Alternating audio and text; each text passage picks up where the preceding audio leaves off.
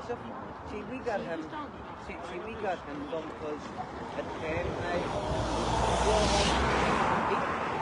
we couldn't get her done, so we had to get him done. That's why we got him done just.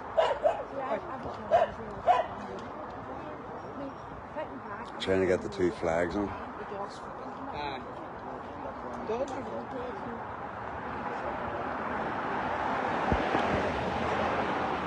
That coffee out of it makes it look good, doesn't it?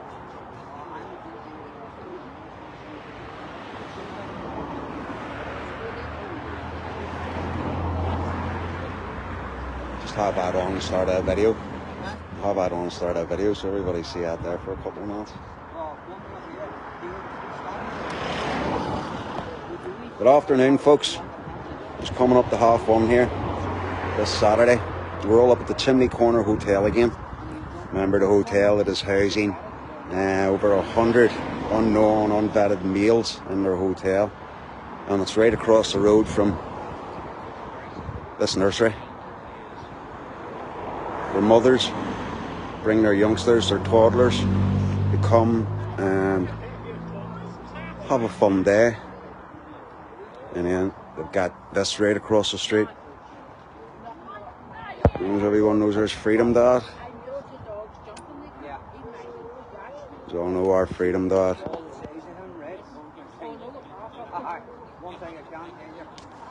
You see the flags. Get this shirt out for us, folks. Do us a wee favour, share it out there. The page is being censored, so there's not many will come on to it. Unless it gets shared, folks. You need it shared.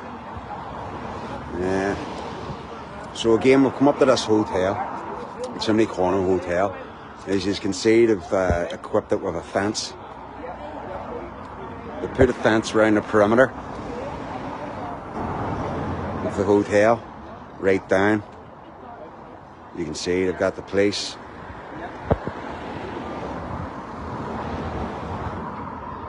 Guarding the entrance.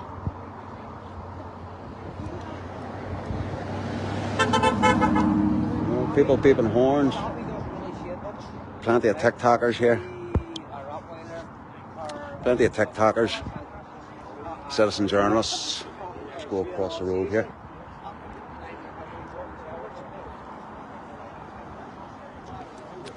So let's just have a look.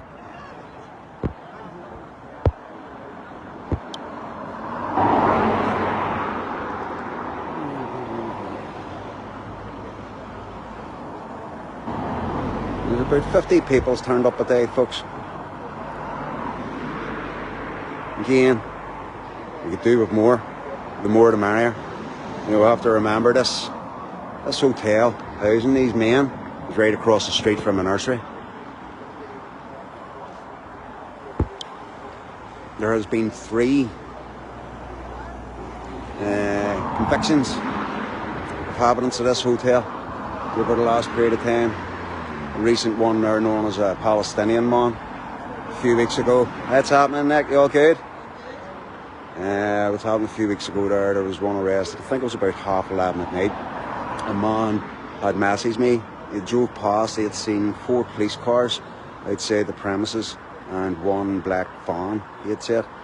We didn't really know what it was. We didn't know what it was for. We just assumed, obviously, one of these boys has done something.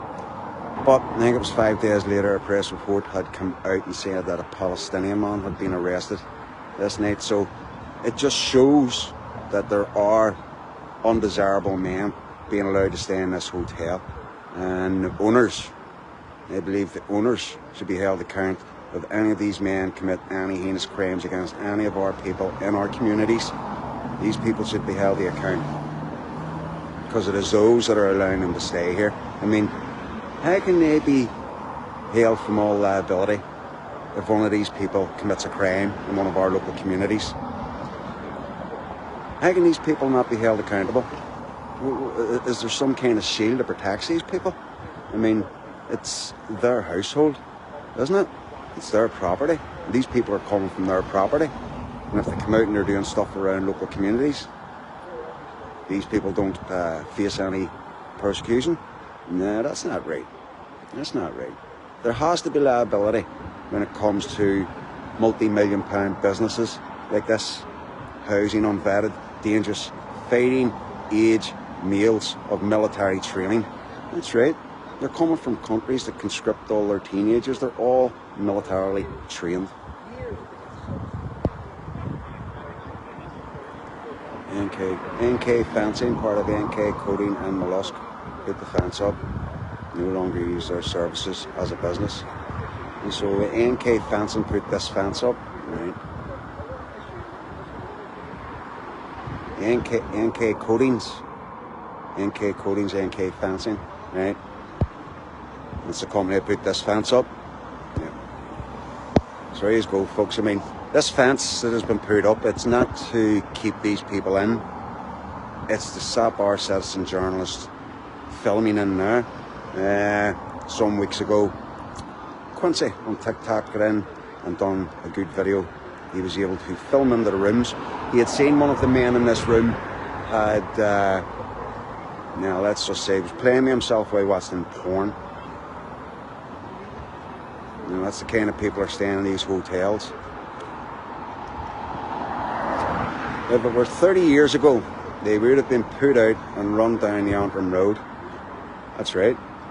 That's right. It wouldn't have happened 30 years ago. Here's the thing, folks. We're supposed to be living in a peacetime. So can anybody tell me why we have a foreign standing army? Because they are an army that's invading this country. And they, you know, these people could kick off at any time, and they've all got military training. And here's all us been dumbed down after the last 25 years, after the Good Friday appeasement, all been dumbed down to be accepting, just to let everything go. The main thing that they wanted to let go, us to let go, was our fight, our passion about our people and our country. And that's what they've done over all these years. So I just wanted to give you a wee look at what's going on up here, folks, at the Chimney Corner. This is going to be happening every week now, every Saturday up at the Chimney Corner, unless something else comes to mind, and it's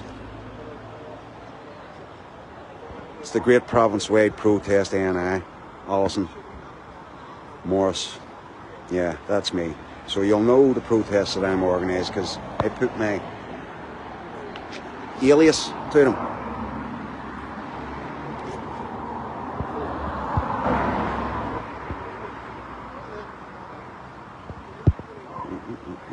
Just having a wee look, folks. Just give us a wee look round. Got some pink ladies over there. The pink ladies. What is it? There's a phone.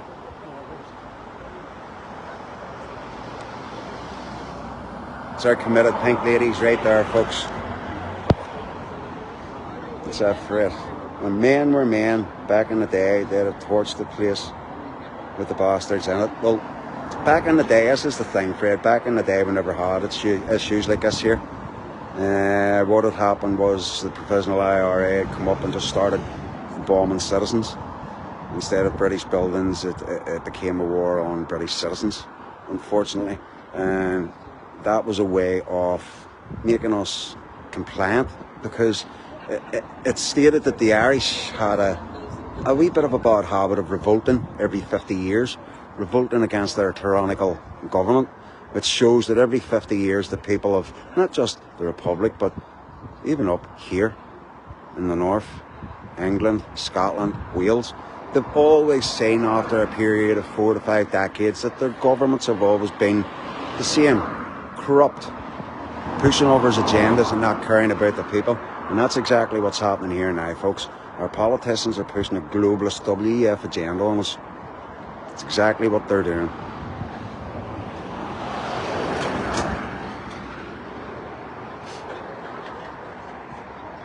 And as you can see down the road at the gates, there's the police stopping anyone getting in the gates. Because it wasn't that long ago, before these fences got put up, that citizen journalists were going in and just having a wee nose, you know, wee film round, because it was all publicly accessible ground. So they could walk in, down or about, you know, and it's a people-funded property anyway. If they're housing these people and they're getting a contract out of it, it means that they're funded. But the journalists were walking in round, and you see some windows were open, and they were able to look in the windows. And some of these rooms had what was shown to be a military rucksack, maybe. And another room, as I said, had the wrong one sitting playing with himself. There you can see, here's the cameras out, recording everybody, and us recording them. MFZ. Just walk away. I don't want to interrupt freedom, Dad, there. Just getting carried away with himself. So yeah, folks, united we stand, divided we fall. This isn't just a fight for the Protestant people, this is a fight for the Irish too, and the Northern Irish in particular, because once we snap out of our hypnosis that this government, this parliament, this Stormont executive have been working on us, because believe me, they are all part of this agenda. They are all deeply involved in what's happening here.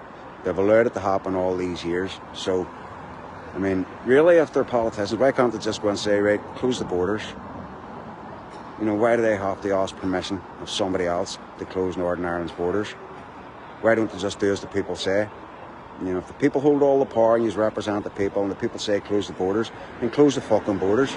It can stop all this what's happening now.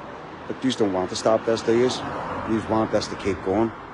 That's the problem with this executive. Sinn Féin are a treacherous party. So they are. They're traitors to the Irish people. They always have been.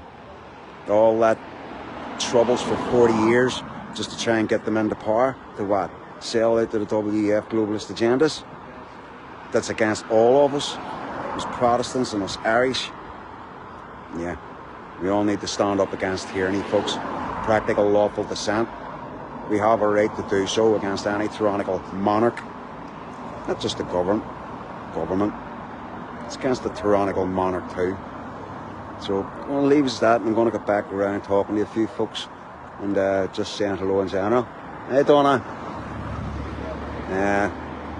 Yeah, and just get on with the day, folks. So all of you have a blessed one, and God bless.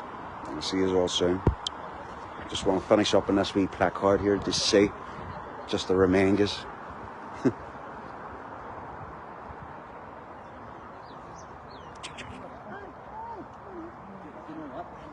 There you go, folks.